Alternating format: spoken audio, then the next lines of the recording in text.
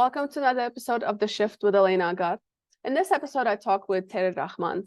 She is a certified integrative nutrition health coach, and she really focuses a lot of her work around gut health and how that impacts just about everything that we do, we think, and just overall well-being.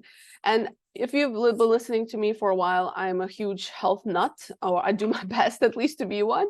And so this was really impactful for me because I've gone through my own journey of just health challenges, and things that she was saying make so much sense. And having experienced those myself and even through my friends in terms of how much is it that the things that we struggle with the most are really like the illnesses and these health issues that we struggle with all generate from our gut and the food that we eat and the health of the bacteria in our gut and so on. So I found it super interesting, very insightful, inspiring. She has a story to tell based on her personal experience with health. And again, it's a more alternative way to take care of your health versus the traditional ways of just going and getting a bunch of medicine that has a number of side effects for most of us. So this was really impactful to look at, again, alternative ways that we can take care of our health without having to rely on external medication and things that are ultimately could be doing more damage than good. Terri, welcome to the podcast. Thank you. Thanks for having me. So I'm very excited to talk to you for multiple reasons, but the main reason is that I, in recent years, figured out that gut health is so very important, and who better to talk to than a gut health coach and practitioner. So I'm very excited to chat about that and share all the insights you've been sharing with me, even just right before we started recording this with my audience. But before we get into that, I know there's a story of how you came around to being focused on that. So tell us the story. Sure. So a few years ago, I was working as a social worker, and I was working, 50 to 60 hours a week. And it was for quite a period of time, about 4 years. And during that time, I continued to gain weight, and weight was creeping up on me. And I'm like, that's interesting. Nothing's really changed with my diet. I wonder why that is. And then what happened was I started noticing a lot of chronic fatigue, even though I was getting up and working out and eating healthy. I'm like, well, that's interesting. Getting chronically fatigued. That shouldn't really be happening, right? Well, I'm working a lot, so probably that was it. And then I kept on thinking, okay, I just getting this chronic anxiety. Like I would be in a meeting and I would just be flooded with anxiety. And I'm like, oh my gosh, what's going on with me? There's obviously something that's not right. So I ended up making an appointment with my doctor. And she said, well, you have an underactive thyroid. So a lot of times people call that hypothyroidism. Okay.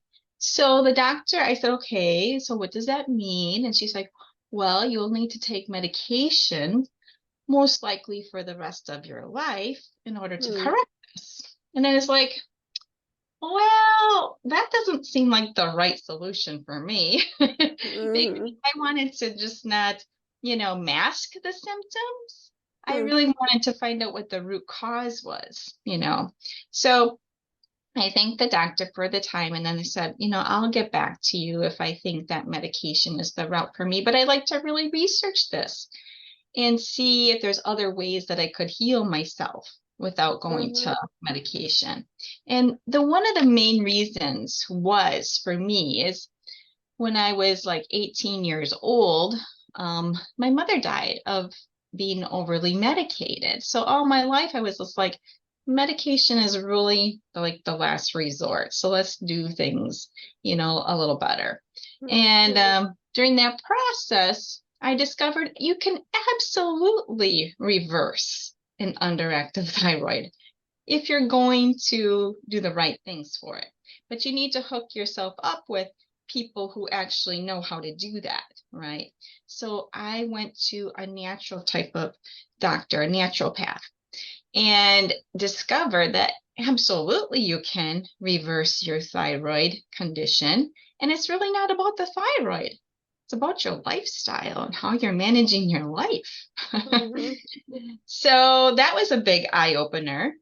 And then I discovered during the process that I had several food sensitivities. Okay. Because I was getting like anaphylactic like symptoms where I would be eating something and I would just get this swelling in my throat, for example. Hmm. And it was usually at night, and then I was taking like a Benadryl for it. And like, what is going on here?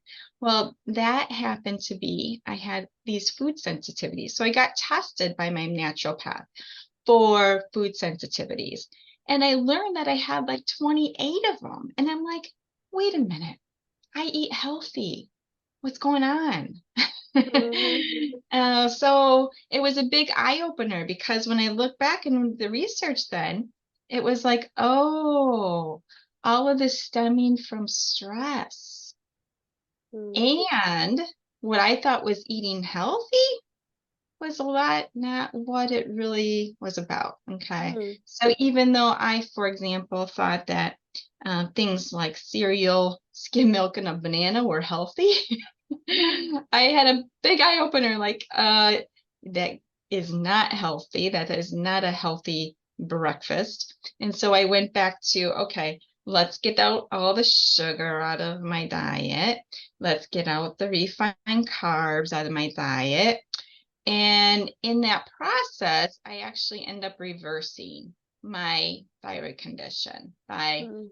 you know, and basically I realized you have to heal the gut because when you are exposing yourself to stress from multiple areas of your life, not just from your food, which can create stress on the body, but like things like sugar and toxins can be very stressful to the body, right? But so can stress. And Mm. that's where I held my emotions, right? So when you do that over time, it creates this like what they call leaky gut. And then I'm like, okay, that's where we got to focus in on is healing that leaky gut. So that's my story. I was able to reduce my food sensitivities, reverse my underactive thyroid, get rid of the chronic anxiety, the depressive, anxious thoughts all the time, and Mm. really change my energy level Mm. because that was the big thing. I was like chronically fatigued too, and having a little bit of brain fog and some bloating and some flatulence, which I didn't even know was like related to my gut. I just thought that was a normal thing that everybody Mm. had. I have so So, many questions. So okay. let's start. First of all, I think the point that you brought on around just well the fact that you decided to take into your own kind of into your ownership, right, and like do your own research. What's interesting is that because you had an experience with your mom and you were kind of just super sensitive to medication, but you know, as you were telling that story, you know, it's like how many people are on the opposite end and like medication helps their people, and this is the difficult part. This is the where it's like that self-education comes in, right? Because I think, you know, there's great medication and medicine that saves the world and all that, but then there's also a lot of the factors that it's a business. Pharmacy is a business, and we have to be aware of that. So it's like, do you really need that medication? And to your point, you're like, I didn't want to just like cover it. You didn't want to put a band-aid on a broken leg. Like you were trying to get to the bottom of it. So I'm just curious, like, you know, just from like as you're doing this work, do you see people being receptive or the opposite in terms of when you're like, well, go the natural way? Because I agree with you. I mean, I think that you should always try it at least, right? If you're not like, you know, if nothing's super urgent and emergency, you should definitely try the natural way. But do you see hesitation from people? I do because it often involves what they think is giving up a lot of things in their life. For example, they might have a love for, you know, sugar and be very addicted to that. They might have a strong addiction to refined carbs and, you know, emotional eating plays a role in all that.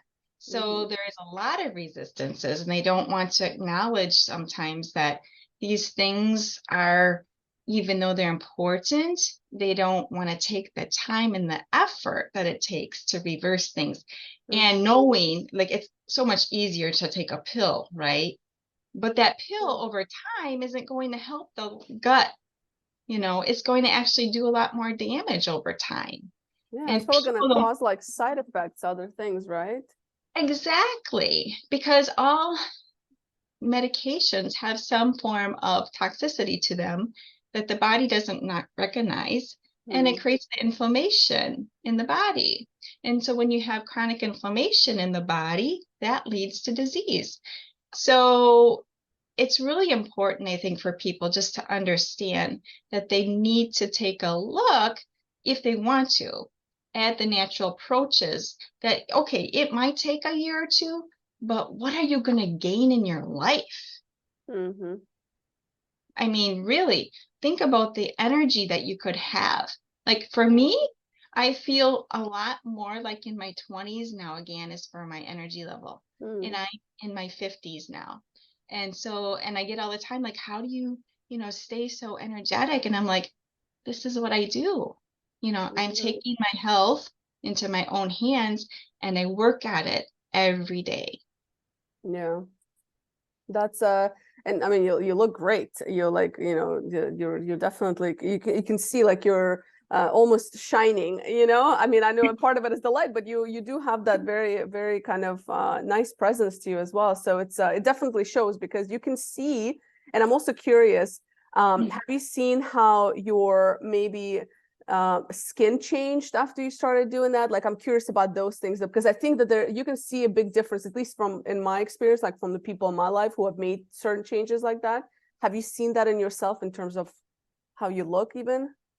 I have actually. It's very interesting because when I started getting rid of the sugar and the refined carbs out of my diet and all the prepackaged foods and all of that, I noticed that I didn't break out anymore.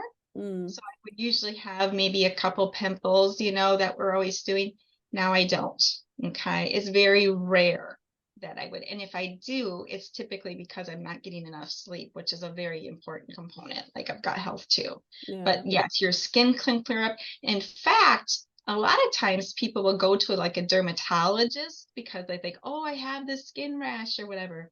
But they don't realize it's actually related to their food that they're ingesting. So they're going to be given, a medication to put on or to take for their skin condition. But actually, a lot of that can be reversed by Mm. just eating and being aware of maybe one's food sensitivities or the health of their gut. Like if they, are having a lot of symptoms of like bloating or fatigue, gas, abdominal cramping, constipation, diarrhea. Those are all good signs that you have some issues going on with your gut. And if you Mm. resolve those things, yes, your skin can improve and your hair can improve. I mean, yeah. And it's funny, I do not use anything really on my skin except for either castor oil or Mm. coconut oil. That's Hmm. all. Very interesting. Yeah, I mean, because I definitely feel like there's a lot to that, right? Like it's not just about how you feel, but also you can almost physically see this transformation in a person. Yeah. I'm curious also, in terms of like you mentioned one thing, you're like, okay, I used to think that cereal was healthy, right? But it's full of sugar. And I think that is one of the biggest things we miss as people, and I mean myself included, right? Like sugars and everything. So, what is it like? I'm curious to know, like, and even in alcohol, right? So, two-part question. One, let's talk about sugar. And two, Okay. where does alcohol come in into all of this? Okay. So sugar, especially the refined sugar, first of all, there's like over 65 different names for sugar. Mm. Okay. All right. And that's purposely because the food industry has made it very clever. People know to sometimes avoid sugar. So they'll give a different name to the sugars. What are some Sometimes like typical ones? Yeah. corn syrup, Hmm. fructose, high fructose corn syrup would be one. Um, uh, Maltitol, I think, is another one. Dextrose, lactose, all the fructoses.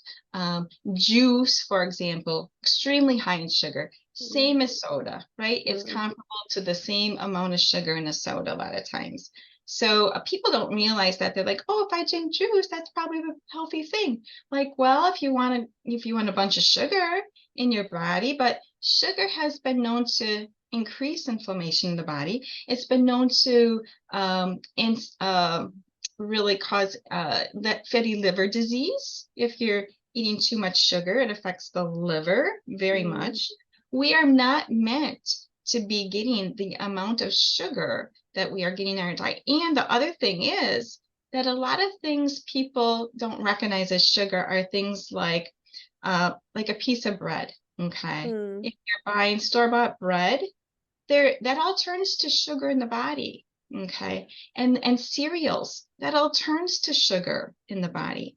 So you really want to be conscious of the amount of sugar that you're getting into your body, because the people who live the longest, they're saying, are the ones who have a metabolic stability, which means that they are not relying on sugar to fuel their bodies. They are relying more on the healthy fats, and keeping that blood sugar low. So like when you go to the doctor, it's very important to really just ask about your glucose level, because finding that out can be very helpful.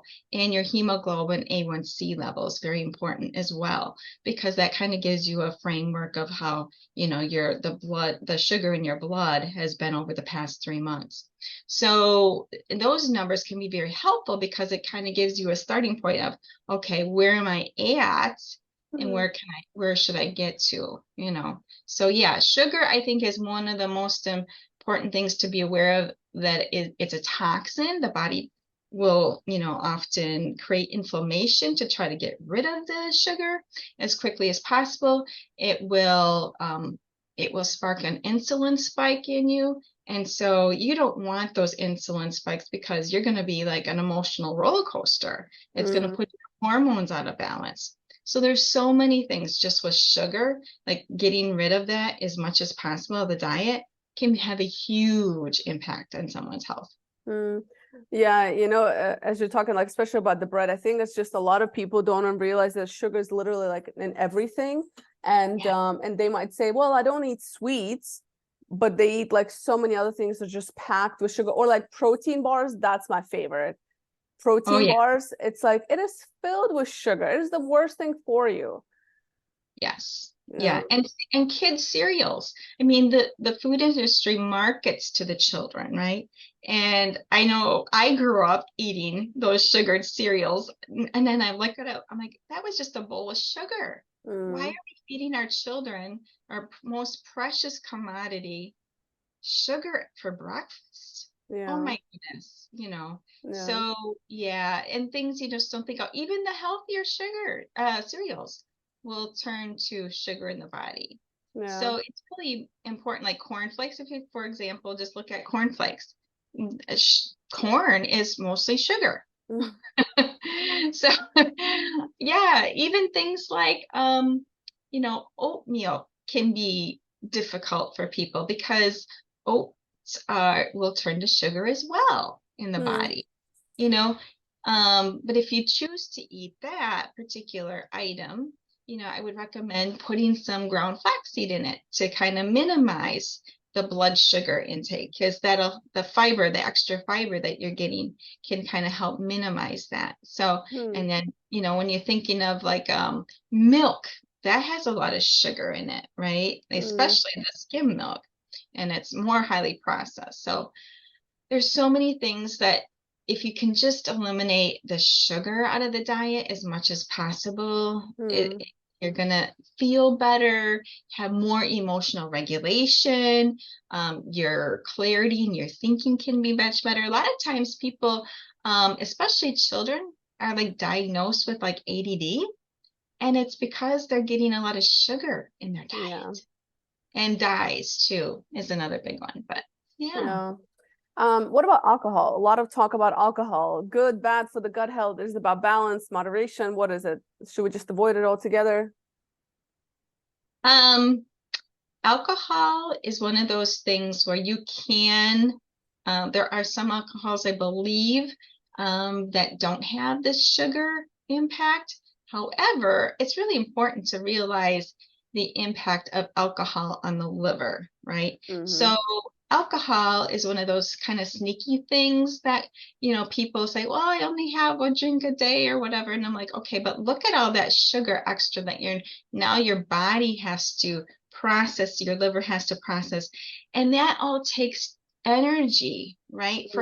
So it's going to if you already have a problem with energy, it's going to even make it worse because now your body has to process all of that in addition to the sugar and whatever else it's putting into the body, right? So alcohol is one of those things I would say to minimize. In fact, I listen to Dr. Amen often, and he says people really should not be having more than 1 to 2 drinks per week, okay, for good brain health. And I would say for gut brain health too, because one of the things with a lot of people don't know about alcohol is that it actually severs the microvilli in the intestines. So when you're drinking alcohol, that is the microvilli get severed, and then they can't absorb like the nutrients from the food properly, right? And because of that, then it just creates this ongoing problem, with people not being able to get even the nutrients then out of the food. So anyway, my personal position on alcohol is I am not a big fan of alcohol, and I would not, support the food industry for that. Okay. But if you were to drink, I would be very careful to look at the sugar in the alcohol that you're consuming, and just realize it's something to have, very infrequently if you decide to have it, Yeah, moderation, I guess, right? Yeah. And you have to be careful with the word moderation, but like I say, Dr. Amen's his research on brain health is very, very good. And I think that's one of the main things is, his guidance, I think, is good. 1 to 2 drinks per week would be a good, and drinks, I don't know the ounces on that. It could be, that's 6 like to 8 ounces, maybe. Yeah. Not a big cup.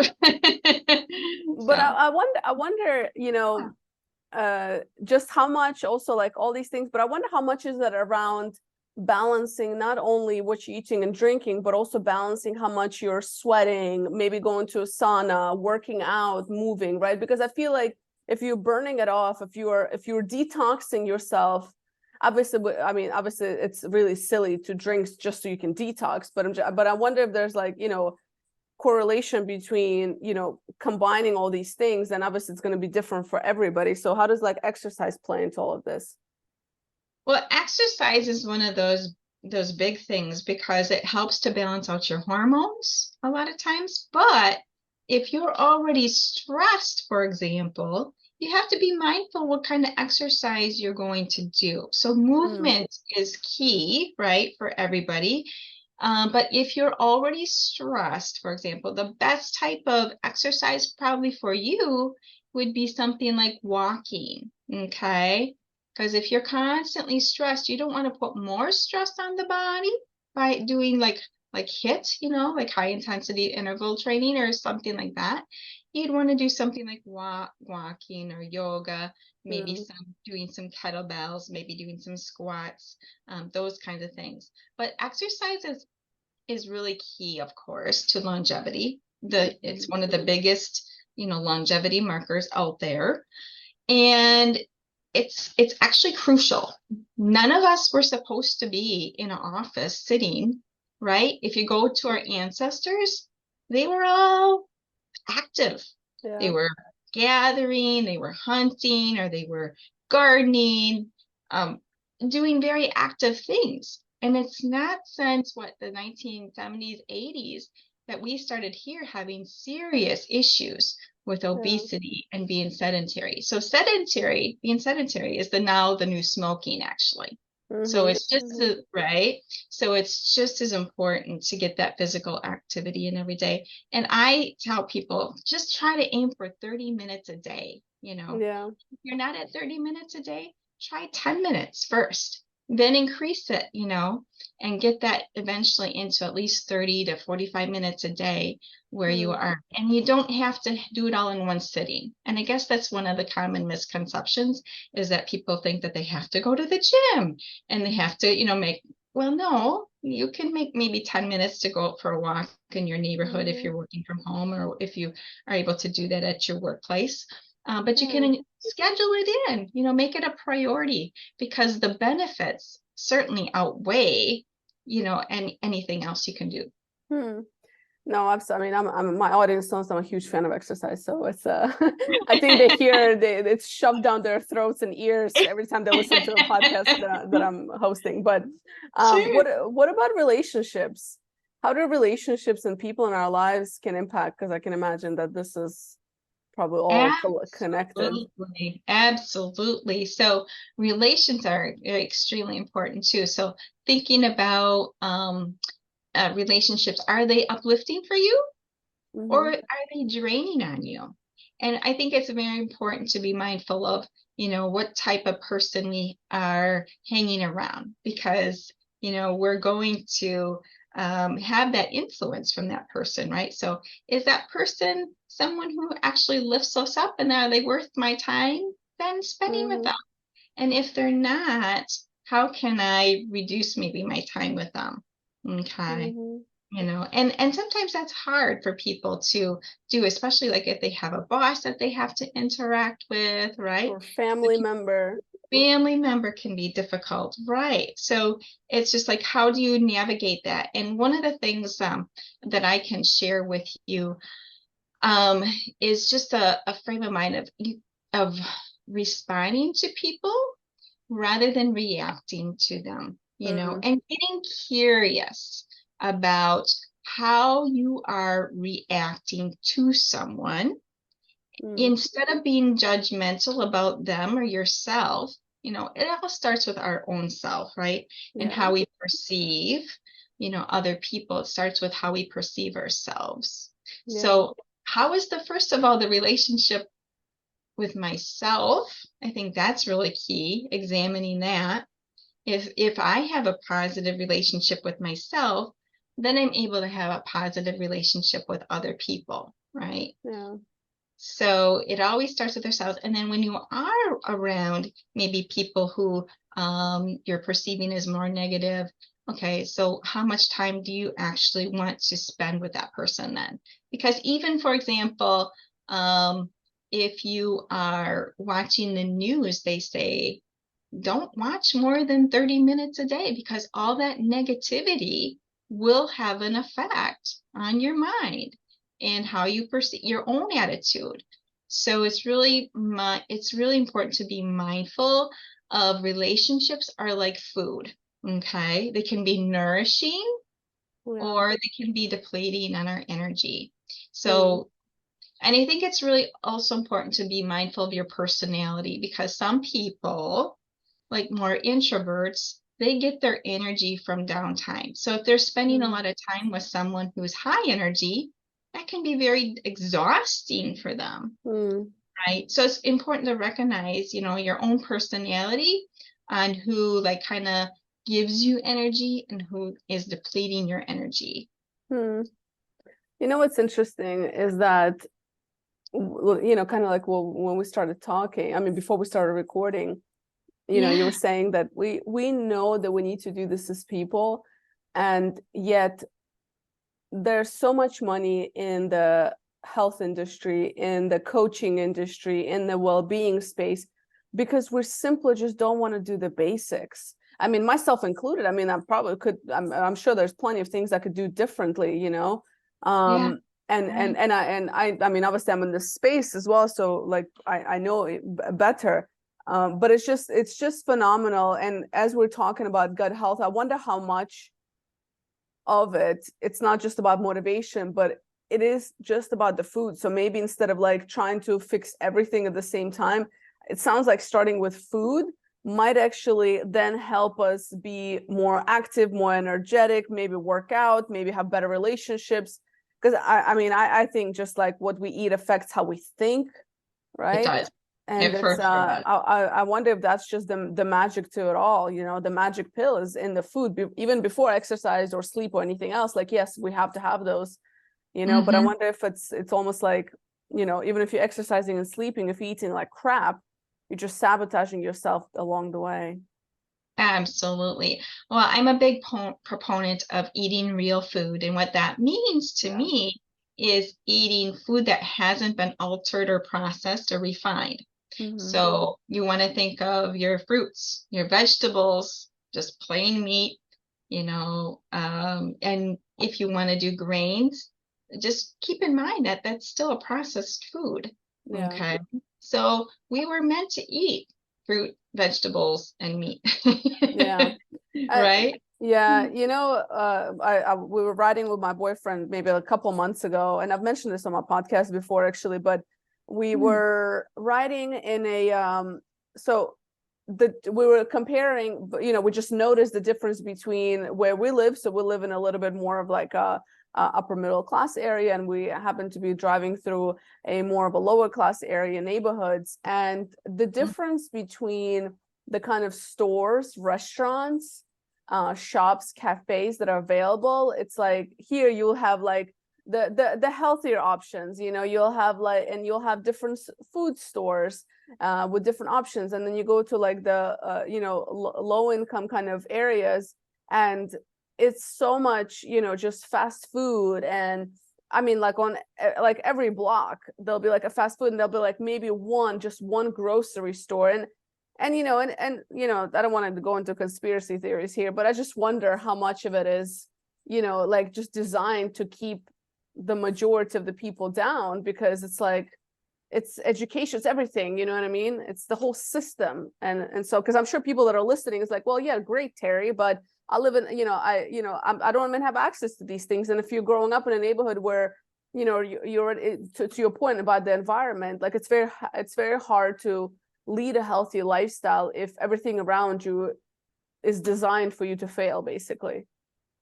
that is so true. They call those areas food deserts. Mm-hmm. Where there's really no real food available. So it is an extreme problem. Mm-hmm. And I do have to say that um, that there are websites, like for example, Thrive Market is a place where people can go and actually get food delivered to their home. So they would order the food and it would come directly to their home. So that's kind of one way around that if Mm-hmm. they're aware of it. Mm-hmm. Okay. Where they can get real whole food. The other thing is it might involve, talking to somebody outside of your circle and how you can get real food into your home. So maybe once a month you are going to go somewhere else if you can, have somebody give you a ride somewhere to like the farmer's market or something and get some real food, Yeah. into your home. A lot of times so people will get together and they'll like buy a whole cow or a whole pig, for example. And that can be very helpful too, because then you'll have, the meat if you're a meat eater. Or getting the canned foods, going to a place where they sell the real canned food, Mm-hmm. from the farmers markets or other people that they know who have maybe a garden and they are able to. So reaching out, I think, is really important for them to be able to find people and just inquire, like, how can a lot of the schools can be maybe helpful in that too, of helping the Mm-hmm. parents get linked up to real food. Because I mean, that is really, really important too for the children, right? Because a lot of parents are not being able to feed their children healthy, but the Yeah. schools will often know how to help, you know, in that regard. Yeah. Well, hopefully, right? Again, depending Depending on their area. on the Yeah. area, and just yeah, I mean, not all schools are made equal. Even in the good areas, it's questionable, but yeah, Yeah. it's just tough. You know, like it's Yeah. just such a complex topic. It's such a it's a it's an easy action point, but it's so complex on the solutions, you know, like It's like one of those things, like we know and it's easy, but the solutions are so much more beyond the individual sometimes. Like, yes, ideally we want somebody who is, takes ownership and accountability and really does their research, but it's just not the reality. And sometimes I feel like even the system is like just set up to keep you away from that, right? And to feed you other things. And it's just interesting. Like I'm just thinking about that as you're speaking on this topic. Yeah, in fact, Dr. Hyman wrote a good book about that particular topic. If your listeners want to check it out, it's called The Food Fix. And he really is addressing in there how, as a country, we really need to fix our food industry, because people are just being really kind of succumb to what's available. So how can we change that at a government level? Right, so that we don't have these food deserts and all these kids then and people who are getting diseases. Like 10 years old people are getting fatty liver disease. I mean, we didn't hear about this years ago. Craziness. Where can people get in touch with you if they want to learn more about you, or maybe have a chat about their health? Sure. They can go to my website at Terri Total Health. So TERRI totalhealth.com.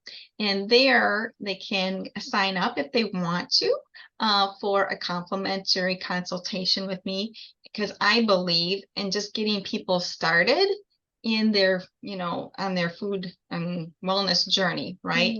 So if they're having any difficulty with that, I offer a 50-minute complimentary consultation.